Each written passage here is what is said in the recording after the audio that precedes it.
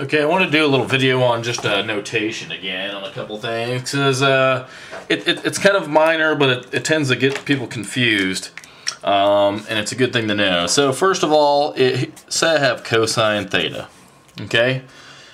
Well, what if I multiply that by another cosine theta, okay? I get cosine theta squared, okay? Just like anything else. I get cosine theta squared, right? Now, this means cosine theta, the whole value of the cosine of theta has been squared, okay? And what they'll do is in the math books, the official notation goes like this. Now, neither one of these are wrong. You can actually use either one, but it's probably, it's more traditional to use this method right here, okay? Now, with that being said, it's really common to confuse that notation with this notation. Cosine of theta squared, okay? So let me go ahead and draw a triangle over here, okay? So cosine, let's just go back here. What's cosine of theta squared? Well, cosine is of theta is worth 3/5, okay? But that whole thing is squared, so it equals 9/25, okay? The difference now is, what if I had cosine of theta squared?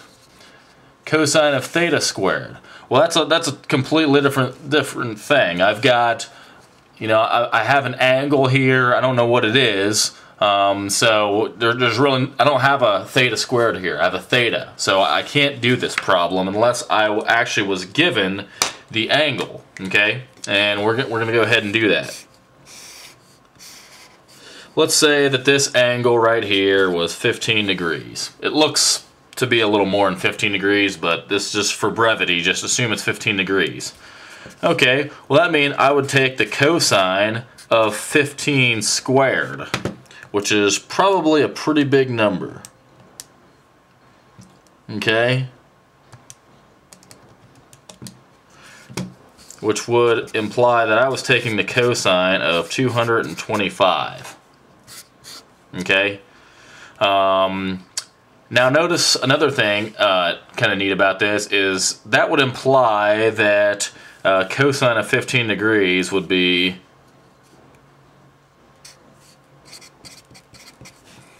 it would be something like that, wouldn't it? So I just punched it into my calculator, and I don't know what mode I'm in. I'm in radians, aren't I?